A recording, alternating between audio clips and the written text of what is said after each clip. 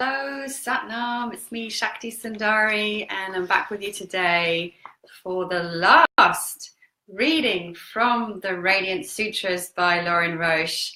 This book that I have been reading from daily since May, the middle of May.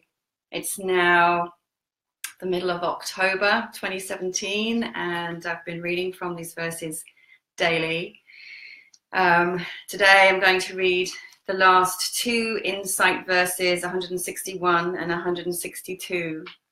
And that brings this particular reading of this particular book to an end.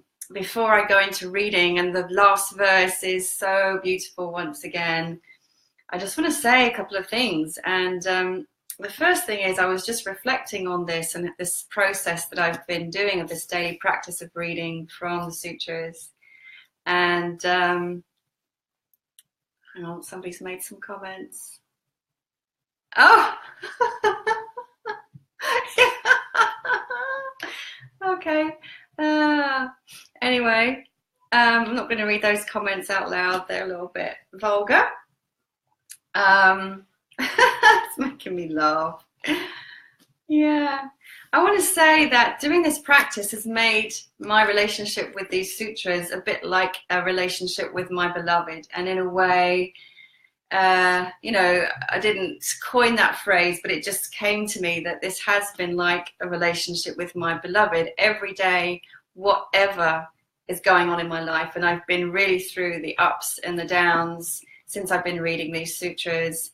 I've been committed to this. I've been committed to this practice, and I've showed up to it however I am.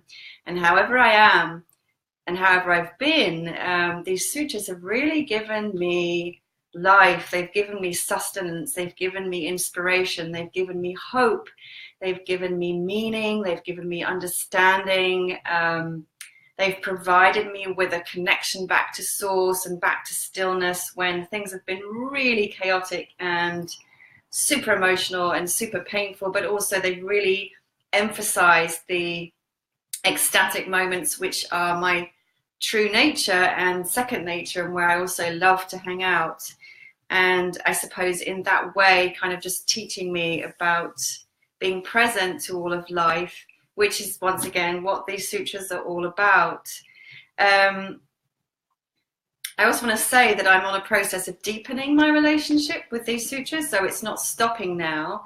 I'm going to be teaching about them on the Radiance Retreat in Portugal next week. I'm flying to Portugal tomorrow, and I'm going to be running a workshop based around these sutras at the London Tantra Festival, October 14th and 15th, 2017. And there'll be more. So these sutras are so rich, and of course they're the basis of Tantra yoga. So there's a never-ending, infinite well of experience, of wisdom, of truth that one can find in the repetition of these sutras, in the study of these sutras, and in the embodiment of the meditation practices. You know, when Lauren Roche introduces us to this book, he's spent 25 years or more immersed in these practices, and I can really understand why, and that's kind of where I feel I want to go with them. And also just want to say that I have been making music with these sutras. So I'm going to play a song at the end that I've created, and I'm beginning a process of creating songs to go with each sutra. So this is going to be a process. So I'm going to play you. You'll be the first people to hear one of my very first unfinished attempts, but I'm going to be playing another one at the London Tantra Festival and use it in my workshop. So it's expanding me in this way. All right, so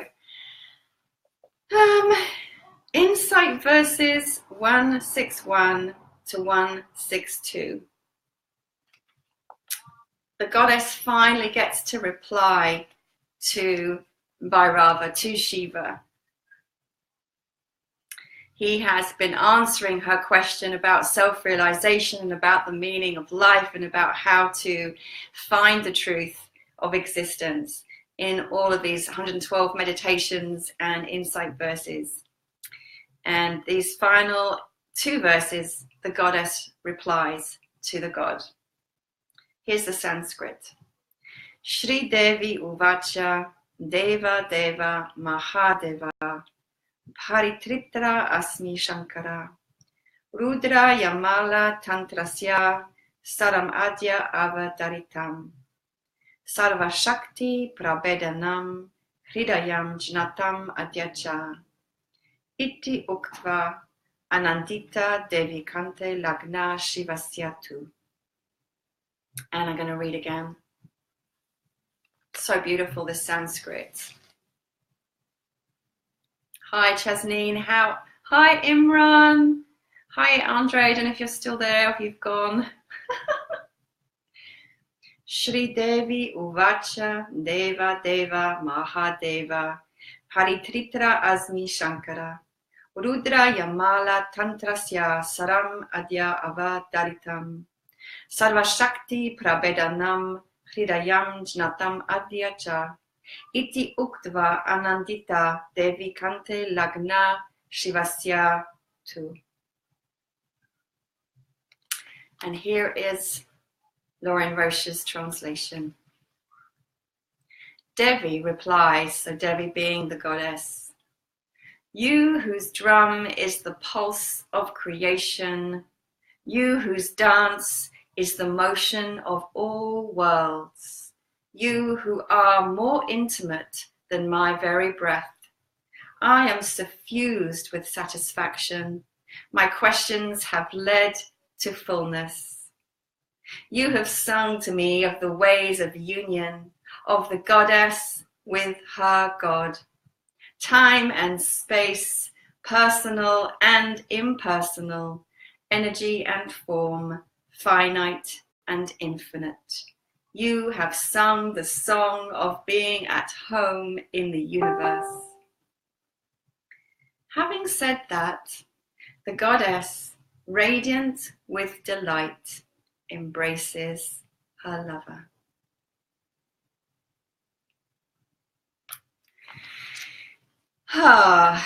So just remembering that when we first started reading these verses, the god and the goddess were together in their bridal chamber or their tantric salon, having made beautiful love. Well, that's how I imagine it anyway. It doesn't say that, but they are lying together.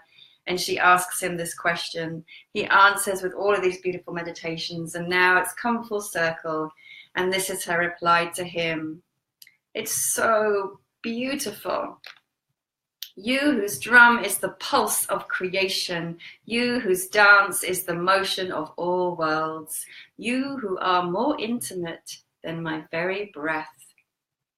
So there is that, lover and beloved. And in immersing ourselves with these practices, we can have the same experience of being one with the beloved, of that union within ourselves, the inner union of the masculine and feminine energies and principles and aspects, the finite and the infinite. As she says, energy and form, the goddess, finite and infinite, the manifest, the unmanifest, time and space, personal and impersonal.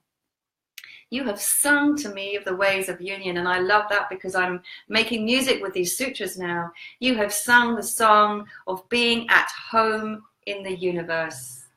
At home in the universe. So that's what these verses are about. They're about us finding a way to be fully immersed in the vast universe as spiritual beings, having a human experience.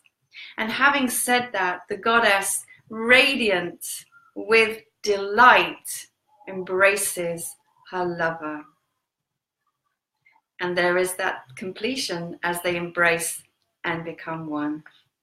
So beautiful. What a perfect ending. So before you go, I'm going to just say, I'm going to play one of my first songs that I've created with these sutras, and this is based on Insight verse 147 from the Radiance Sutras.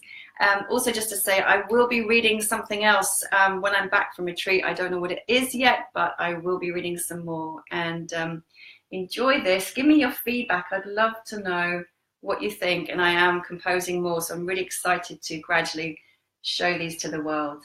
Thank you for being with me. Don't go away, well, unless you find the music really awful. And See you again soon. Thank you so much for following me on this journey and joining me and supporting me. Much love. Okay, here we go.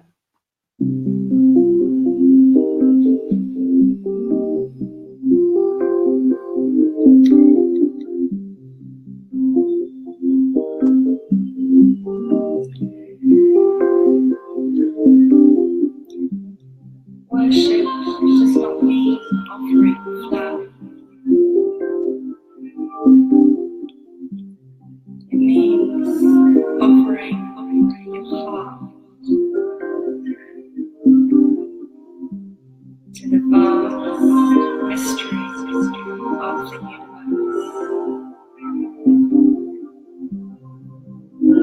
I'm going to keep playing the music and just leave you to enjoy that without needing to look at me. It means letting your heart pass with the light of the universe without thought and without reservation. It means being so in love that you are willing to dissolve.